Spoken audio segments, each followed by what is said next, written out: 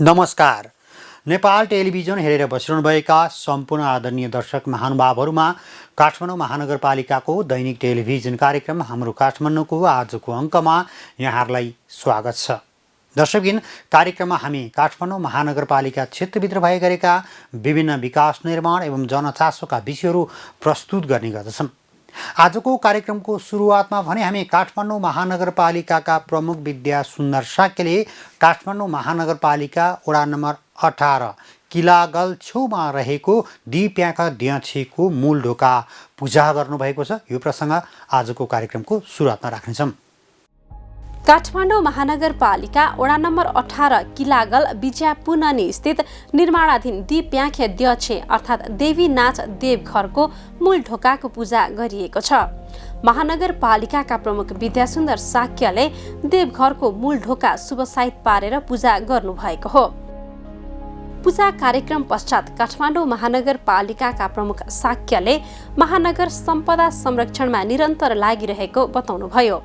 प्रमुख साक्यले सम्पदा पुनर्निर्माण एवं संरक्षणका लागि कुनै आर्थिक अभाव नभएको बताउनु हुँदै विधि र प्रक्रिया अनुरूप नै निर्माण कार्य गर्नका लागि आग्रह समेत गर्नुभयो। केही समस्या म केही चिज आन तर केही बि तयान केही खर्च याद वो विधि पुर्यामा आउँदैन विधि पुर्यामा चाहिँ यामा खोइबटी केही समस्या म वा इन्द्र पिन्सासु ग्वालिन्द्र नगरपालिका वरिष्ठ इन्जिनियर विभागीय प्रमुख ज्याबयर हुँगोपट्टि जोले आ सहजीकरण गयो इन्द्र पिन्सासु आज राजनीतिक प्रोटेसन केही व्यवस्थापन चाहिँ यहाँ नीति कार्यक्रम तैबे बजेट व्यवस्थापन चाहिँ यहाँ तर खर्च याबले जिउ धेरै जिउ केवक माला या केही व्यवस्था या आना छिके केवक माला 6 करोड पुष्टि जुला 6 करोड पनि तर उयो प्राप्तिक रूपमा इन्द्र पिन्सासु मला केही समस्या म उयो गएन विधि पुर्याएन या महानगर प्रमुख साक्यले सम्पदा संरक्षणका क्षेत्रमा महानगरपालिकासँग भएको सीमित स्रोत साधन र अधिकारलाई प्रयोग गर्दै अगाडि बढिरहेको बताउनु हुँदै जात्रा पर्व सञ्चालनका लागि पनि सहयोग गर्दै आइरहेको बताउनुभयो।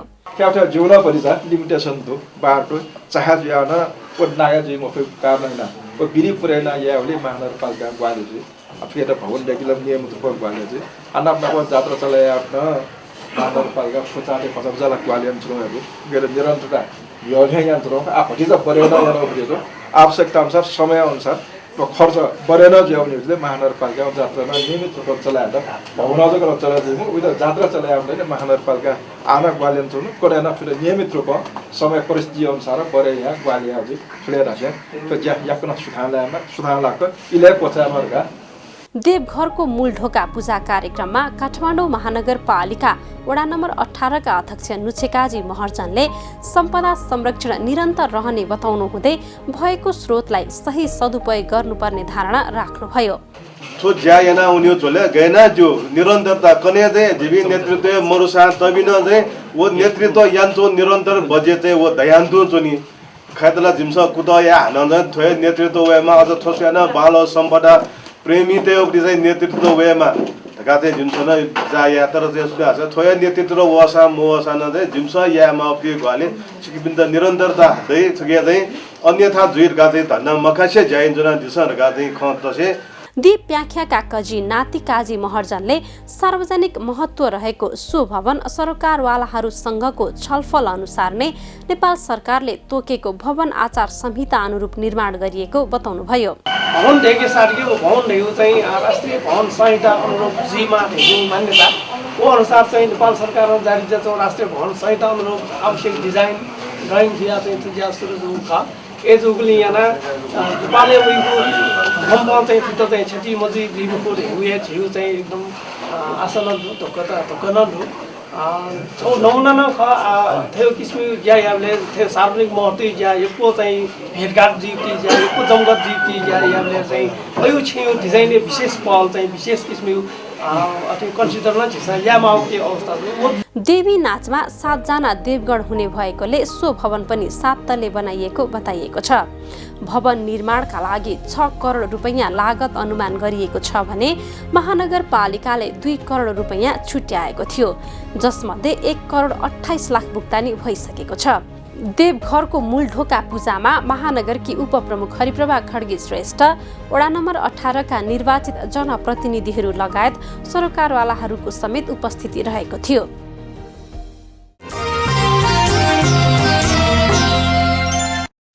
दर्शकबिन काठमाडौँ महानगरपालिकाले महानगरपालिका क्षेत्रभित्र रहेका पुराना परम्परागत भवनहरूको संरक्षण गर्ने नीति नै अघि सारेको छ। त्यति मात्रै होइन, नयाँ बन्ने भवनहरू पनि परम्परागत एवं नेपालको पुरानो विशेष गरी काठमाडौँको कला शैली झल्किने खालका बनाएमा अनुदान दिने समेत महानगरपालिकाको नीति रहेको छ।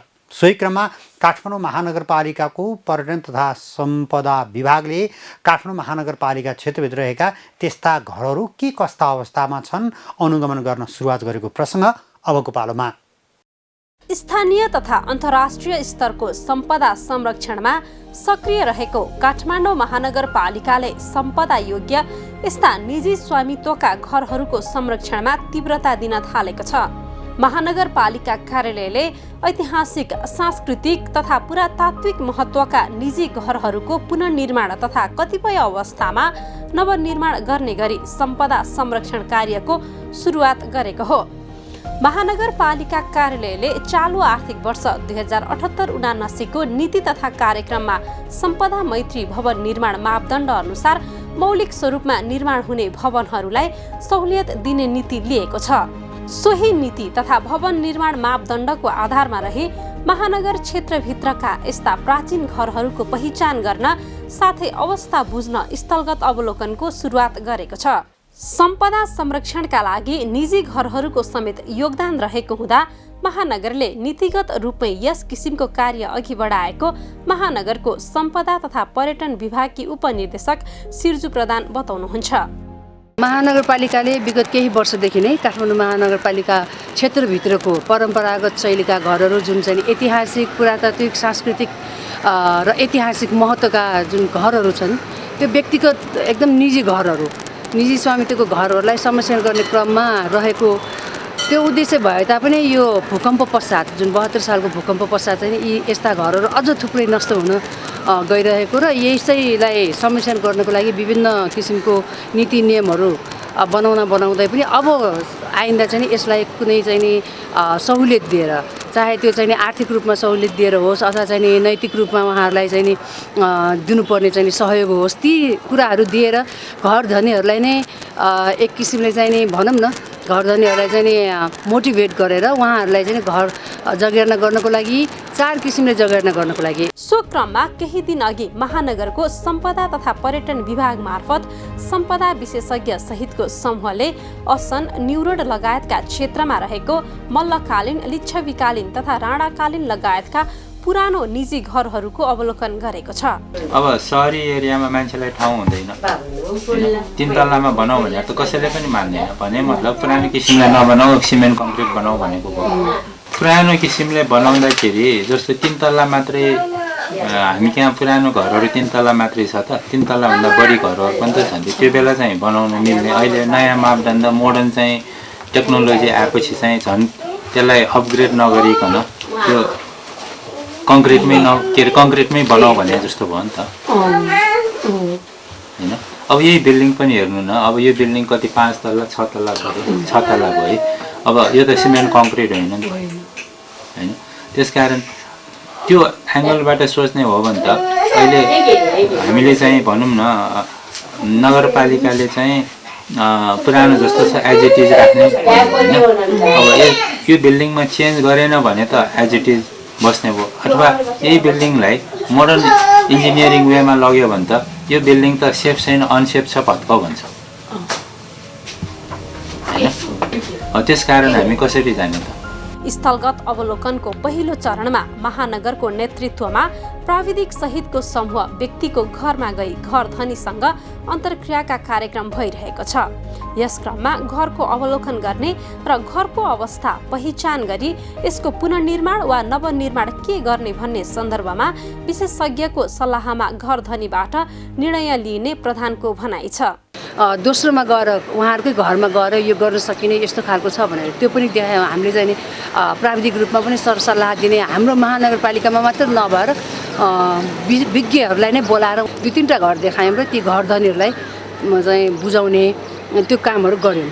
र तेस्रो भनेको उहाँहरूसँग सम्झौतै गरेर यो 4वटा किसिमको वर्गहरूमा जुन संरक्षण गर्ने सहुलियत पाउने छ त्यो मध्ये कुन चाहिँ हुन्छ त्यो सहुलियत प्रदान गर्ने उहाँलाई आवश्यक पर्ने सहयोग दिने चाहिँ चौथो काम गरिरहेछौँ।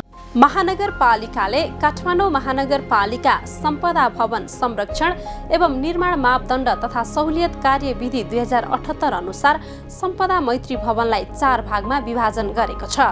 गत साउन 20 गते स्थानीय राजपत्रमा प्रकाशित यस कार्यविधि अनुसार क, ख, ग र घ गरी 4 प्रकारमा यस्ता सम्पदा मैत्री घर रहेका छन्, जसमा पहिलो क वर्गले सबलीकरण मात्र गरी यथावस्थामा संरक्षण गर्नुपर्ने घरलाई जनाउँछ। त्यस्तै ख वर्गमा भत्काएर परम्परागत मौलिक सामग्रीको प्रयोग गरी उही स्वरूपमा बनाउनु पर्ने घर पर्दछन्। किसिमको क वर्गको जगेर्ना गर्ने हुन्छ, जुन चाहिँ पुरानो ती परम्परागत शैलीका घरहरूलाई नभत्काइकन त्यसलाई सबलीकरण गर्ने, त्यस्तो घरहरूलाई चाहिँ नि जोगाउनको लागि सहुलियत दिने। दोस्रो किसिमको भत्काउनै पर्ने अवस्थाको घर छ भने ती भत्काएर पनि त्यस्ता घरहरूलाई जस्ताको तस्तै पुनर्निर्माण गर्ने, जुन चाहिँ जगैदेखि पुनर्निर्माण गर्ने तर परम्परागत शैलीका सामग्रीहरू माटो, ढुङ्गा होइन, इँटा अनि त्यस्तै चाहिँ नि वज्रको काठहरुकै मात्र प्रयोग गरेर पुनर्निर्माण गर्ने घरहरूको संरक्षण गर्नको लागि अर्को खालको सहुलियत भयो। यसैगरी ग वर्गका घरहरूले सम्पदा मैत्री क्षेत्रमा भएका र बनिसकेका घरहरू जसको बाहिरी मोहडा प्राचीन स्वरूपमा बनाउनु पर्ने घरलाई जनाउँछन्। यस्तै घ वर्गका घरले आधुनिक निर्माण सामग्रीको प्रयोग गर्दै भत्काएर वा नयाँ नै निर्माण गर्ने तर स्वरूप परम्परागत हुनुपर्ने घरलाई जनाउँछन्। त्यस्तै तेस्रो खालको संरक्षणै भन्छौँ त्यसलाई। अलिकति त्यसको लागि मापदण्ड के छ भने पुरानो शैलीको होइन तर त्यस्तो क्षेत्र जुन छ महानगरपालिका भित्रको सम्पदा मैत्री क्षेत्रहरूमा त्यसमा चाहिँ नयाँ संरचना छ भने पनि त्यसलाई पुरानो संरचनासँग मिल्ने गरी त्यसलाई चाहिँ पुरानो सम्पदासँगै मिल्ने गरी अर्को नयाँ घरलाई चाहिँ अगाडिबाट त्यसलाई चाहिँ नि देखाउने भन्न खोजेको मोहरालाई चाहिँ परम्परागत बनाउने त्यस्तो खालको किसिमको संरक्षण भयो। महानगरले घर धनीलाई यस प्रकारको कार्यमा प्रोत्साहित गर्न सचेत गराउने र अन्य क्षेत्रमा भएको संरक्षणको उदाहरण समेत देखाउने गरेको प्रधान बताउनुहुन्छ। त्यस्तै घरको वर्गीकरण पश्चात अवलोकन सुरु गरेसँगै यसप्रति घर धनीको चासो बढ्न थालेको छ। मौलिक स्वरूप संरक्षण गरेमा सहुलियत पाउने कुराले पनि यसप्रति सकारात्मक रहेको उहाँको भनाइ छ। पुरानो घर भत्काइहाल्ने, नयाँ बिल्डिङ बनाउने अनि त्यहाँ चाहिँ नि पुरा चाहिँ नि भनौँ न व्यवसायिकीकरण गर्ने हिसाबले चाहिँ गोदामहरू बनाउने, सोरुमहरू बनाउने यस्तो खालको चाहिँ नि टेन्डेन्सी वरपरको चाहिँ नि त्यस्तै खालको विकास भइरहेको भएर उहाँहरूलाई सम्झाउन बुझाउन त गाह्रो छ। तर जुन यो सहुलियतको कुरा आएपछि चाहिँ उहाँहरूले कमसेकम के हो यो भनेर बुझ्न आउनु भएको छ। त्यो सबैभन्दा पहिलो सकारात्मक कुरा छ भने उहाँहरू चाहिँ नि हाम्रो घर भत्काउने तर परम्परागत देखिने गरी बनाउने भनेर आउनु भएकोहरूलाई हामीले नभत्काइकन त्यसैलाई पुर्खाले बनाएको त्यो दोस्रो तेस्रो पुस्तासम्म गइसकेको पुरानो घरलाई त्यति भनौँ आयु भएको घरलाई 70, 80, 50, 70, 80 वर्षको 100 वर्षको उमेर भएको घरहरूलाई चाहिँ त्यस्तै किसिमले बनाउनको लागि हामीले प्रोत्साहित गर्ने पहिलो प्राथमिकता भएको कारणले उहाँहरूलाई सम्झाउनको लागि नै हामीले अब अस्ति भर्खर आयो एउटा घर दगुबाहा भनेको उहाँहरू आएर हामीलाई नयाँ नै नक्सा पास गर्ने त्यो पूर्ण रूपमा भत्काएर नयाँ नै स्ट्रक्चर बनाउने भनेर आउनु भएको थियो। उहाँलाई लगेर हामीले पाटनको सोठहरूमा भइरहेको घरहरू देखाएपछि उहाँहरूले चाहिँ अब कमसेकम एउटा दुईवटा घरले चाहिँ हामी पुरानैमा राख्छौँ, यसलाई नभत्काएर गर्छौँ तर त्यसलाई चाहिँ आफूलाई चाहिँ प्रयोग योग्य अहिलेको चाहिँ प्रयोग कसरी गर्न सकिन्छ त्यो कुराहरूको लागि यदि यसलाई मिलाउन सकिन्छ, यसलाई परिमार्जन गर्न सकिन्छ भने हामी नभत्काइकन बनाउँछौँ भन्ने अवस्थासम्म पुगेको छ। महानगरपालिकाले जारी गरेको कार्यविधि अनुसार वर्गीकृत घरहरूलाई 8 लाखदेखि 32 लाख रुपैयाँसम्म सहुलियत उपलब्ध गराइनेछ।